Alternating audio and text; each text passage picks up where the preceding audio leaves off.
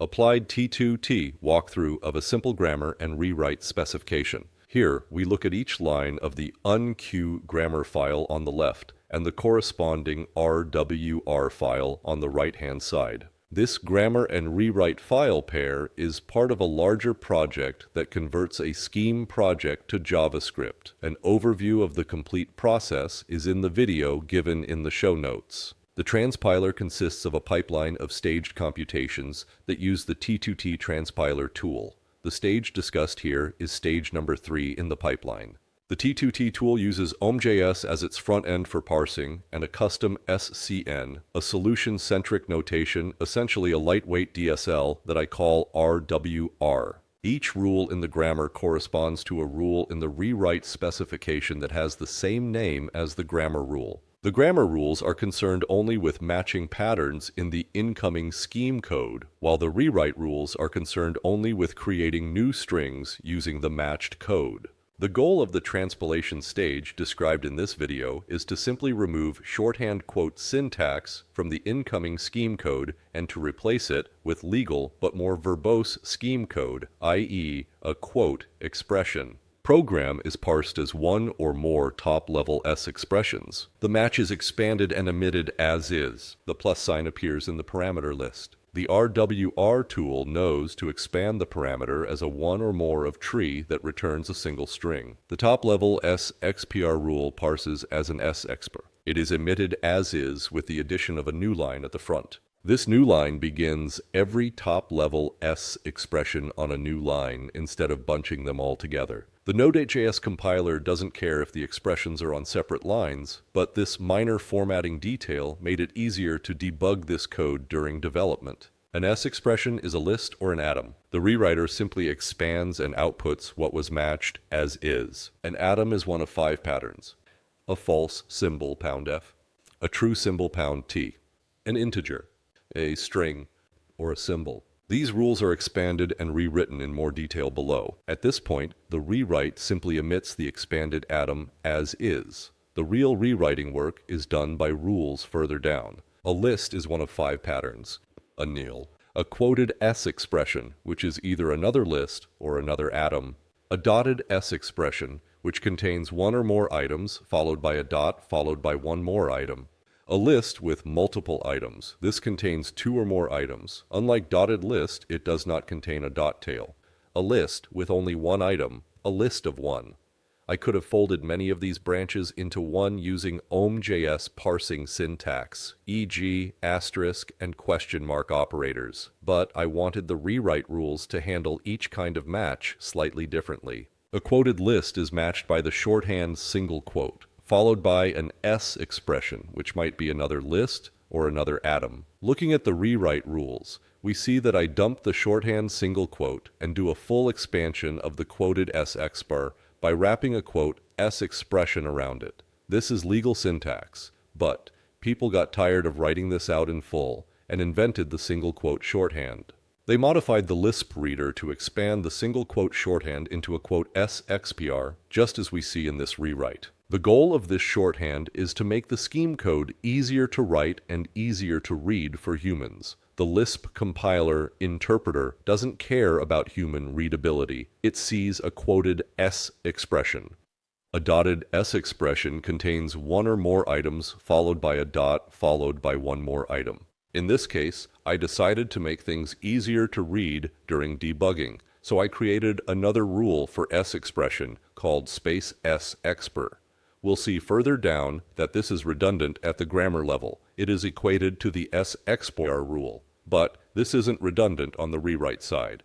We write 2 separate rewrite rules, one for SXPR and another for space SXPR. The space SXPR inserts a blank in front of the item, whereas the SXPR does not insert an extra blank. Note that the list multiple pattern is strategically placed after the dotted list branch and before the list of one branch. In OhmJS, order matters. The parser picks the first match that it finds, and it ignores everything after it. If we match multiple items, the rule says to check for a dot. If there's no dot, the parser backs up and tries the next branch. In this case, the list multiple branch. Likewise, if the parser finds only one SXPR, this rule fails because of the plus sign on the space SXPR pattern, and the parser tries to satisfy the next branch down, the list of one branch. The grammar rule space sexpr simply invokes the sexpr rule. At the grammar level, this looks redundant, but lets me perform different rewrites for each. Space sexpr adds a blank before the sexpr, whereas sexpr doesn't.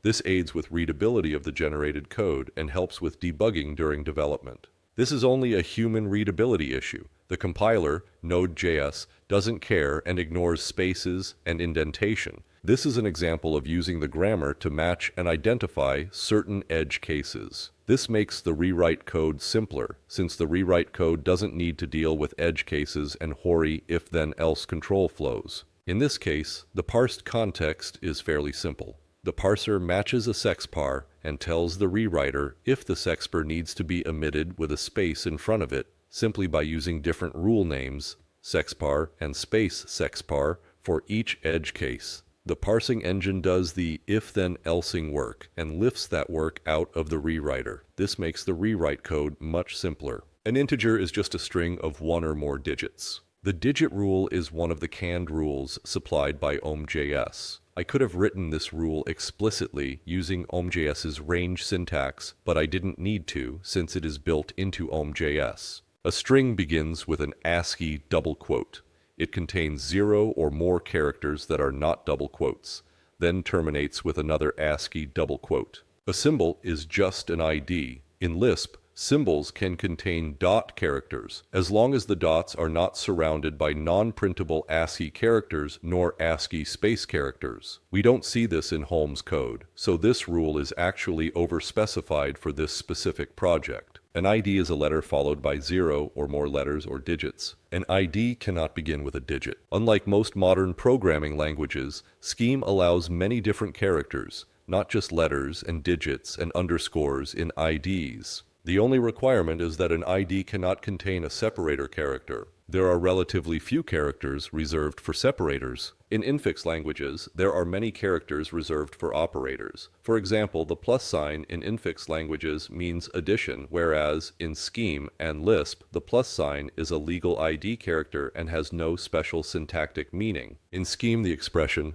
plus 1, 2 is only a call to a function with the name plus, whereas in JavaScript, 1 plus 2 means add 1 and 2 together. In Scheme and Lisp, only a few characters are special. The list of special characters is given by the rule special. Only 8 printable characters are reserved. Note that dot is one of these reserved characters, but that dot is considered to be just an ID character if it is not surrounded by spaces. This exception is handled in the above symbol rule. A dot surrounded by spaces is considered to be a dotted list operator, as seen in the dotted branch of the list rule. All unprintable ASCII characters are invalid characters in IDs. Space, hex 20, is an unprintable separator character. OhmJS already handles spaces as separators, so we don't actually need to include spaces as special, unprintables, or separators in our rules, because, due to OhmJS space skipping, we will never see spaces in separator positions using syntactic rules without using special OhmJS operators. Even though I didn't need to include hex 20 here, I did include it for purposes of human understanding and readability. Syntactic rules are distinguished from lexical rules by capitalization of rule names. Lexical rule names begin with lowercase letters, whereas syntactic rules begin with uppercase letters. Most PEG libraries support only lexical rules. Syntactic rules are an extension to PEG parsing provided by OhmJS for better readability. The separator rule says that separators are spaces or specials or the OhmJS operator end. Many unprintables are not allowed in Scheme programs, so unprintables are not listed as separators here. Unprintables beyond those regarded as spaces found in a Scheme program should result in syntax errors. Again, this project focuses solely on parsing Niels Holm's Prolog 6.scheme code. The rules as written do accomplish this, but might need further tweaking to handle other Scheme code. Comments in Scheme begin with a semicolon and end at the end of a line. The The space rule here extends OhmJS's notion of what should be considered to be a space for space skipping. In this case, comments are added to the list. It is possible to override and redefine the notion of spaces entirely. Refer to the OhmJS documentation if you're interested in further tweaking the definition of OhmJS's notion of spaces. I write articles about simplifying programming. Here are some places to find those articles.